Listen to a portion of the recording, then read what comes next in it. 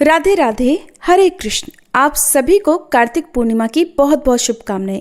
हिंदू धर्म में कार्तिक पूर्णिमा एक बहुत ही पवित्र पर्व माना जाता है। वैसे तो हर महीने ही पूर्णिमा आती है, लेकिन कार्तिक पूर्णिमा का महत्व इन सभी पूर्णिमा तिथियों में सबसे खास होता है और इस दिन दीपदान करने का भी विशेष महत्व होता है। तो आइए जानते हैं कार्तिक पूर्णिमा के दिन दीपदान कब और कैसे किया जाता है।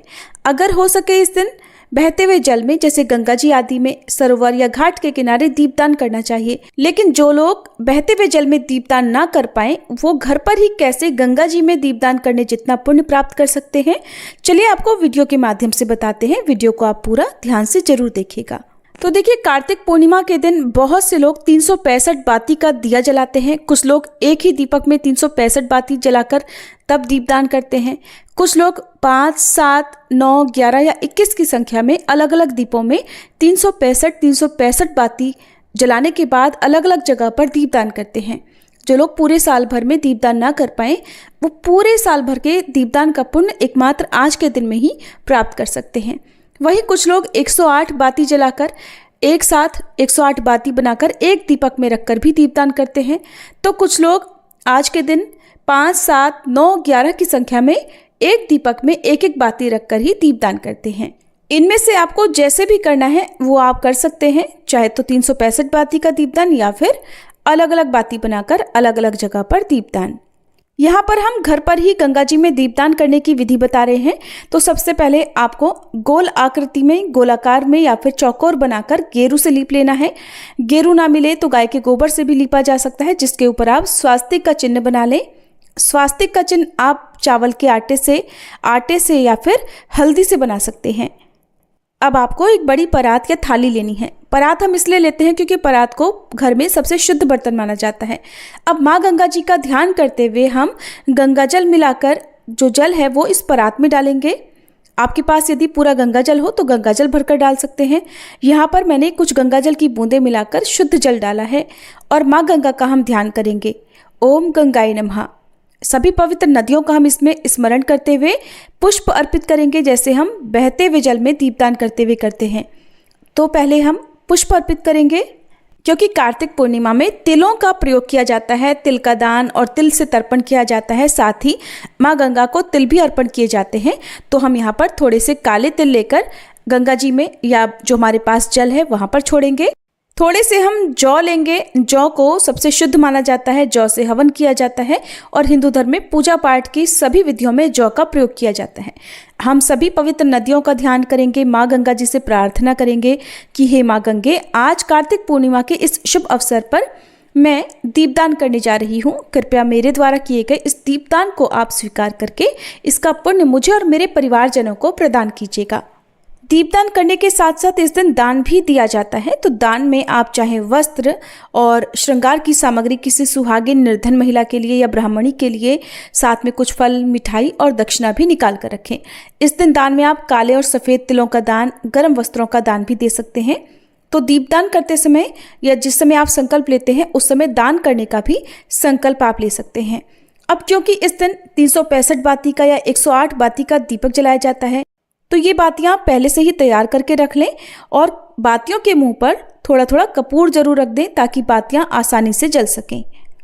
जिस तरह से हम गंगा जी में दोने में दीप जलाकर प्रवाहित करते हैं, बहते हुए जल में दीपदान करते हैं, तो उस तरह से दीपदान करने के लिए आप चाहें तो पत्ते ले सकते हैं। बड़ के पत्ते या फिर पीपल के पत्ते, जो कि एक दिन पहले भी आप तोड़ सकते हैं, या फिर पान के पत्तों पर भी आप दीपदान कर सकते हैं। तो पत्तों का आप दोना चाहें तो दोना बना सकते हैं, नहीं तो जो सादा पत्ते होते हैं सीधे सीधे, उन्हीं पर आप गोल बातियां रखकर, चाहे तो घी की या तेल की गोल बाती रखकर और उन पर थोड़े थोड़े से अक्षत, खील, पुष्प अर्पित करके और सभी दियों का पहले तिलक करके फिर जो हमने परात रखी है जिसमें हमने जल भरा है उसमें एक एक करके छोड़ते जाएं। और दियों को छोड़ने के बाद में जैसे हम जल को थोड़ा सा हाथ से हिलाकर अपने दिए को आगे तैराते हैं, थोड़ा सा आप इन दियों को तैरा भी सकते हैं। तो जैसे हम बहते जल में दीपदान करते हैं उसी तरह से हम घर पर भी इस तरह दीपदान कर सकते हैं। अब पत्तों पर दीपदान आप 5, 7, 9, 11 की संख्या में कर सकते हैं। परात अगर छोटी है तो आप 3 या 5 दियों का भी दीपदान कर सकते हैं। एक दिए का भी दीपदान इस दिन किया जा सकता है। यहाँ पर मैंने 5 दियों का दीपदान करके दिखाया है, जो कि पत्तों पर रखे हुए हैं। तो पत्तों पर दिए रखकर आप उसके बाद थोड़ा थोड़ा सा जल को हिलाकर तैरा दें। फिर गंगा मैया का ध्यान करके हाथ जोड़कर प्रार्थना करें कि हे गंगा मैया, मैं आज पूर्ण रूप से गंगा जी में दीपदान करने में समर्थ नहीं हूँ, इसलिए घर पर ही दीपदान कर रही हूँ या कर रहा हूँ। मेरे द्वारा किए गए इस दीपदान को आप कृपा करके स्वीकार करें, मेरे सभी पापों को भस्म करें और मुझे सद्बुद्धि प्रदान करें। आप अपने पूरे परिवार के लिए भी इस समय प्रार्थना कर सकते हैं। अब हम यहाँ पर गंगा मैया को भोग समर्पित करेंगे। जो जल है उसमें साक्षात गंगा मैया विराज रही हैं, तो हम बताशे, फल, मिठाई, मिश्री का भोग गंगा मैया को अर्पित करेंगे। और इस दिन सुहाग की सामग्री अर्पित करने और सुहाग की सामग्री दान करने से सुहाग की आयु लंबी होती है, अखंड सौभाग्य की प्राप्ति होती है, परिवार में सुख समृद्धि बनी रहती है।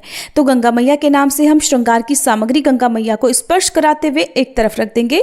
बाद में इसका दान आप चाहे तो किसी सुहागिन ब्राह्मणी को या फिर किसी निर्धन सुहागिन महिला को भेंट स्वरूप दे सकते हैं। जो भी श्रृंगार की सामग्री आपने गंगा मैया को अर्पित की है, उसमें से कुछ सामग्री को आप अपने लिए आशीर्वाद रूप में रखकर उसका उपयोग कर सकते हैं, बाकी का दान में दे सकते हैं। इसी तरह से जो भी भोग आपने लगाया है उसे परिवार के सभी लोगों में बांटकर स्वयं भी ग्रहण कर सकते हैं। तो इस तरह से तो हम पत्तों पर रखकर दीपदान घर पर ही कर सकते हैं, क्योंकि बहते जल में दीपदान करने के बाद उन्हें तैराना होता है, इसलिए पत्तों पर ही आपको दीपदान करना चाहिए। अब बात कर लेते हैं 365 बाती या 108 बाती का दीपदान करने की। तो 365 बाती आप तुलसी जी के पौधे के नीचे जला सकते हैं। ध्यान रखिएगा, 365 बाती हो या 108 बाती का दीपक जला रहे हो, लौ बहुत तेज होती है दीपक की। पौधे को किसी भी तरह का नुकसान ना हो, चाहे आप किसी भी वृक्ष के नीचे दीपदान कर रहे हो, बहुत सावधानी से जलाइएगा। कहीं ऐसा ना हो कि पुण्य के बदले आपको दीपदान का दोष लग जाए, क्योंकि बाती की लौ बहुत तेज होती है। सावधानी पूर्वक जलाइएगा। और 365 बाती का दीपदान आप तुलसी जी के पौधे के नीचे, आसपास शनिदेव के मंदिर में, यदि शनिदेव की कृपा पाना चाहते हो, पीपल के वृक्ष के नीचे, आंवले के वृक्ष के नीचे, या गंगा जी के किनारे, गंगा जी के घाट पर, सरोवर पर, या किसी भी पवित्र कुंड के आसपास आप दीपदान कर सकते हैं। और साल के सभी 365 दिनों के नाम पर भी आप इस दिन दीपदान कर सकते हैं। तो हमारे हिंदू धर्म में दीपदान करने का विशेष महत्व बताया गया है।